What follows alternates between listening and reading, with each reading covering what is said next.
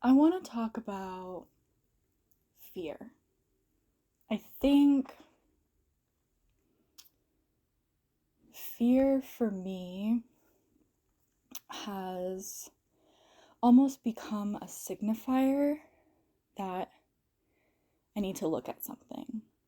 So I've been meditating every morning for almost 90 days. I decided last night that I wanted to learn how to run. I want to be and have wanted to be more physical in my body for at least the past 6 months to a year and have done little to nothing about it.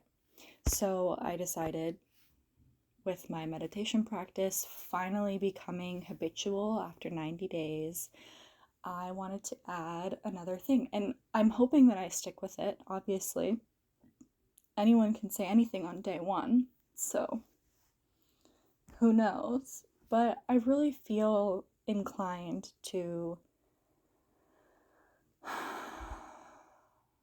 do something physical. And right now, I am trying to find ways to maximize my day in a way where I don't have time for scrolling, because when I have time for scrolling, I just scroll. And I've gotten myself down to less than 2 hours a day. Still not super great. Like, what could I be doing in those 2 hours? I could be writing my book, I could be exercising, moving my body, I could be dancing, I could be exploring. Like, I live in a beautiful place and I don't utilize it. So, once I kind of get into a routine, I want to maybe add like one day of the week, my like run, walk, training, because right now it's just walking and like 60 seconds of jogging, because haven't exercised like that in a long time. So right now that's what it is. And my main goal is not to become fit, it's to become happier. And I think that that place where that motivation is coming from is genuine, and I think that's why it'll last. Um, One thing that I've noticed with fear specifically, and the kind of revelation a little bit that I had this morning on my run, jog, walk, can't call it a run yet. It's embarrassing. It's totally embarrassing to be a beginner. And maybe it shouldn't be, and we shouldn't find ourselves embarrassed as a beginner, but it is. It's embarrassing. It's like, oh, don't look at me. Like, has all those key features. And so I just found this random 7 to 8 week program where it's like different reps. Maybe, I don't know. It has different things that you do every day to like slowly work your way up to running for 30 minutes over a period of 8 weeks. And I'm gonna give it a go. I mean, I have nothing to lose. So I think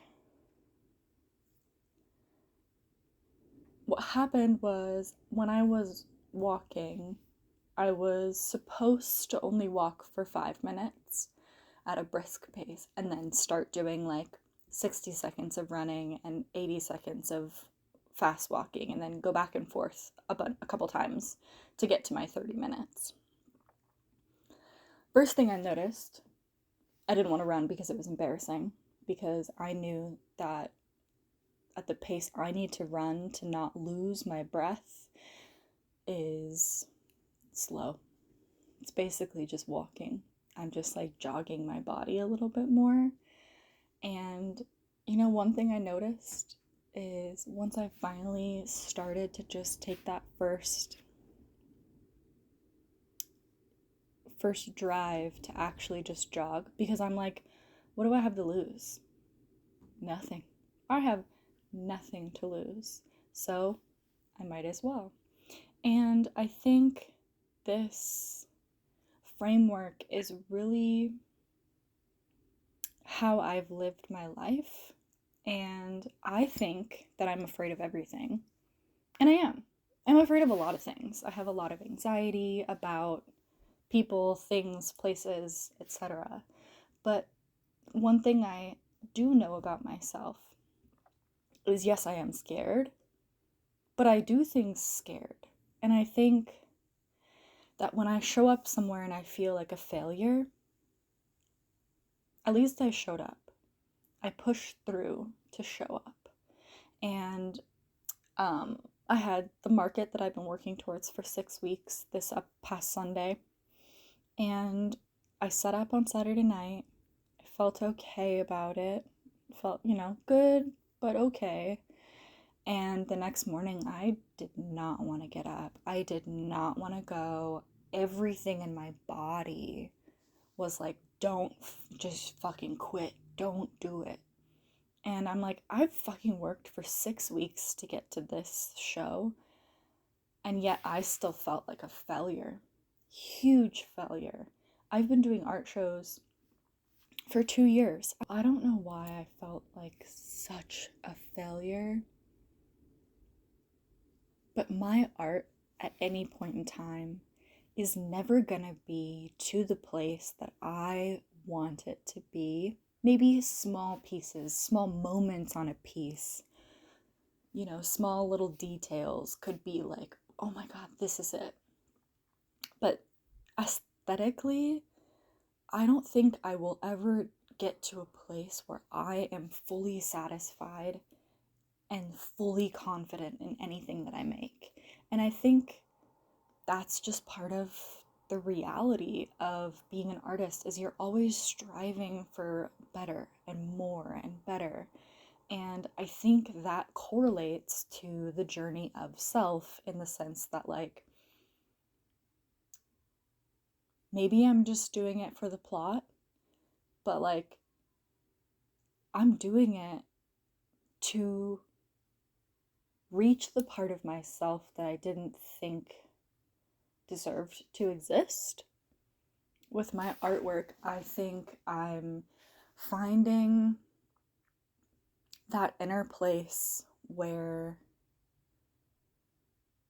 nobody can see it except for me, and I'm learning to express from that place.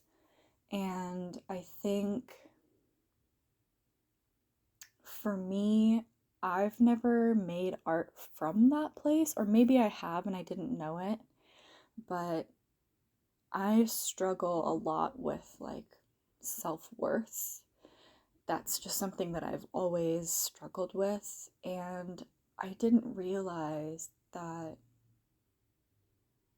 when we express ourselves through art, we're not only expressing the physical manifestation of what we create, we're expressing every feeling and emotion and strike of fear, chord of happiness. Like, that's what we're expressing. And I think that this consumeristic market where our purpose as artists is to make shit good enough to sell, and I think it's really disruptive to the artistic practice. But my question to the world is, how can we make art magical again? And not in a way of like how do we make something that inherently brings emotion to somebody's day? And one of the things that I think I looked over is, for me, the message and the affirmations that I'm trying to get across in my art have become, like, I wrote down, like, what is important, and that was the thing that I circled. was the message and the words. And I think it's because I have a hard time expressing these emotions through art because I don't really know how to make it happen. But what I do know how to do is express it through words. And I never really thought of myself as like a word person. Maybe it's the Gemini full moon that was happening on Sunday, but essentially I made my prints where I have 4 different prints right now, and I made them all and I put them in a place very synchronistically. My neighbor had a booth that had little shelving on the back, and so she was like, put your stuff there. And so it ended up being placed in a way where like anyone that walked past looked at it and saw it and read the 4 sayings. And the 4 sayings are, the first one is your worth is inherent, and it has little flowers on it. And I really value that one because it's like, you are enough. You are enough. And it's the accepting that that is inherently, you are enough. You don't need to make money to be enough. You don't need to make good art to be enough. You don't need to make good food to be enough. You don't have to have a partner to be good enough. You literally just need to exist like you do right now. And the second one is, a fish is not born to climb trees. And this one tended to get a lot of looks, which I really appreciate and enjoy because I don't think people know what it meant, or maybe they do. I don't know. But this quote has adapted from the longer passage that a lot of people think Einstein says, and I don't know if there even is like a first person that said it, but it's, if we judge everyone based on how they're able to climb a tree, a fish will live its whole life thinking it's stupid. And this is like the story of my life. Like, I do not work well, from my experience, in classical American traditional situations, in college, in high school, in regular jobs, in society. Like, I just have never felt like I fit, and I've always felt like I was stupid because I didn't fit. And I think that's why that one is really important for me. And I think a lot of people think it's silly, because they don't understand it. Or maybe they do. I don't know. But yeah, so that's the second one. So then, okay, so the third one is, just keep loving yourself. And this is actually from a song by Beautiful Chorus, which, if you haven't heard of them, go listen to some of their music. It is absolutely incredible. It's like repetition of affirmations, and whenever I feel kind of scattered or weird and I feel like I need something externally through music to bring me back, that is like one of my go-tos, because it's just like focuses on themes of loving yourself and like you are safe and things like that, and it just brings me back into my body a little bit. And I think it's something that everyone should focus on doing, is loving themselves. So the fourth one is, love is the water of life. Jump into this water. And this is a Rumi quote. And I think something about water and love and energy all being interconnected really resonates for me right now.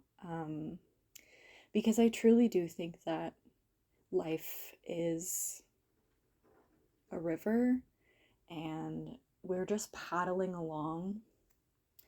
And I think we pass a lot of opportunities by because we don't go for the thing, right? Like, we just say, no, that could never be for me. I could never do that. And I think this quote, at least for me, represents like, no, like, jump into the water. Like, jump and swim and fucking strive for the things that we truly feel like are for us. Like, if there's one thing that you know you've wanted to do for longer than a year, 2 years, 5 years, what is the smallest little baby step you could make towards that? And I think that needs to be a focus. Like, I truly believe that we all deserve to do what we love. And in this like weird world we're in, we have to just remind ourselves or remember, for whatever it's worth, that we are literally on a planet in a solar system that we understand some of it. I don't know how much of it we understand, but there is so much out there, and there is no way that we are the only conscious beings in existence. There is no way this is the only dimension in existence. There is no way that we, as whatever we are in our little skin suits, like, there has to be more. There has to be. Because if there truly is only this animalistic death and birth and struggle and happiness, like, what's the meaning of that? And is there a meaning of that? And I mean, I don't mean to get super metaphysical, but just like,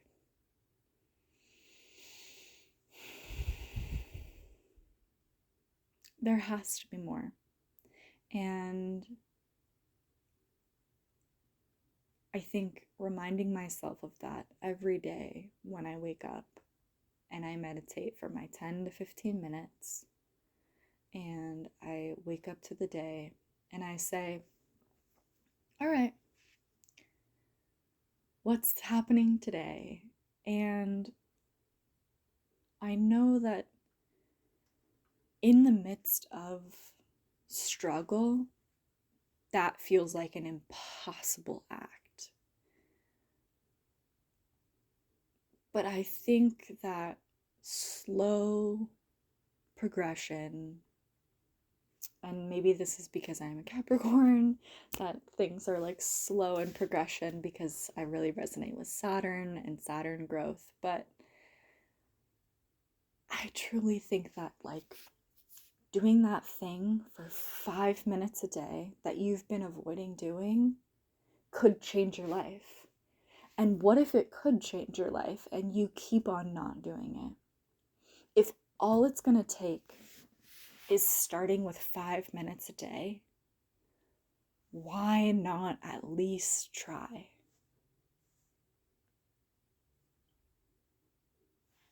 In the middle of suffering, and we feel like we have no control over our life or our time or our circumstances or our environment, that you do still have control over how you choose to react. And I know that's very, like, easier said than done, for sure. I feel like for me personally, my life fully feels like it is cracked open, fallen apart, and I am like on the ground. And yet, the things that are keeping me going are my practices of self-care and self-love. And I'm struggling a little bit with the fact that that still isn't enough, that life isn't easy when we finally decide that life doesn't just become easy when we do these things. Like, my life isn't perfect now that I've meditated for almost 90 days in a row. Far from it. My life isn't perfect now that I've taken 20 minutes to an hour every morning to write a book that I've been wanting to write for 5 years. My life isn't perfect because I'm now practicing self-care in a way that it really resonates. In fact, everything feels a little bit harder and easier at the same time. Every action I take feels like I'm dragging my feet through the mud, but it feels like I'm walking towards something for the first time in my life. And I'm not just walking aimlessly through the mud. I am like striving towards something. And I don't know what that something is, but I think that I'm happier. I think that I'm more creative. Even if I don't personally feel like it's being expressed physically,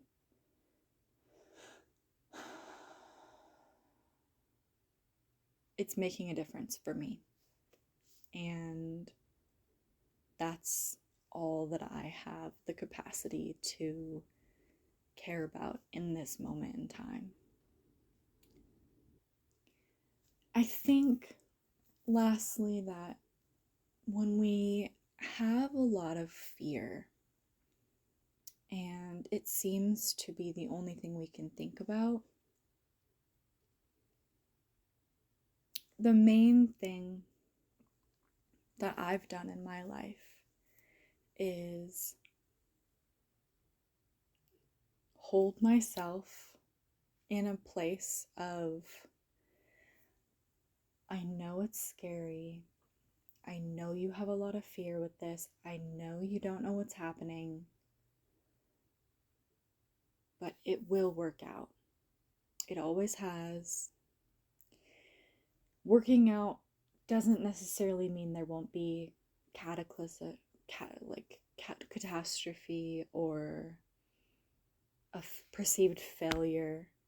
In fact, sometimes I almost find those are the moments when I look back that created the moments that created the success or the like forward pursuit of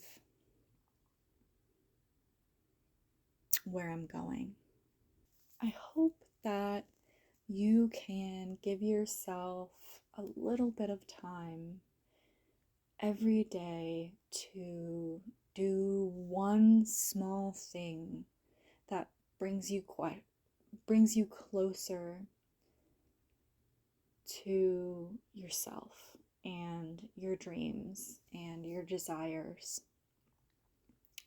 Even if it's just 1 minute, even if it's taking a deep breath before you go to sleep and just saying, I am getting better. I am moving towards the thing that I desire. Even if it just starts with that, it's the consistency. It's the showing up for yourself when it feels like everything is ruined or everything is a failure. And if I'm building right now a Patreon community where we can talk more in depth about consciousness and fear and struggle and how we can move this with art, music, whatever form that takes. And I would love if you came and joined me over there. If you do want one of the prints that I talked about, I have them up on my website. There's 100 of each available, and after those 100 are gone, then I will be moving on to different patterns and different designs. And I wonder if you can hear the like intense rain on the window. It's like so sunny and rainy at the same time.